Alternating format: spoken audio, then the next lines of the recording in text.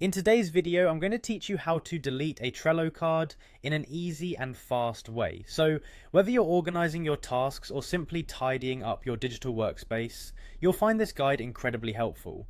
Let's dive right into the steps you need to follow. First, open your web browser and head over to Trello.com. This is where all the magic happens. Once you're there, you'll see the option to log in on the home page. If you already have a Trello account, simply click on the login button. Trello offers a convenient logging in experience, allowing you to sign in with your email, or if you prefer, you can use your Google account to access Trello. Just enter your credentials and you'll be inside your workspace in no time. With your account all set, navigate your way to the board section.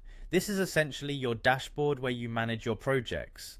Now look for the section labeled Your Workspaces. This is where all the boards you've created or are a part of are listed. Browse through and pick the board you want from the options available. Once you've selected your desired board, it's time to hone in on the specific card you wish to delete. Find the card you want to remove from your board. This is usually as simple as scrolling through the list on your board and clicking on the card in question. Clicking on it will open up all its details, giving you additional options to edit or manage the card.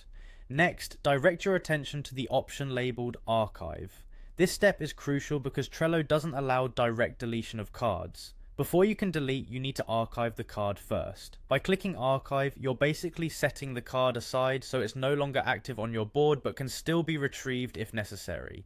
Now comes the point of no return. After archiving the card, a new option appears, Delete. Click on delete and you'll be prompted with a confirmation dialog to ensure you really want to delete the card permanently. It's a safety measure, giving you one last chance to reconsider.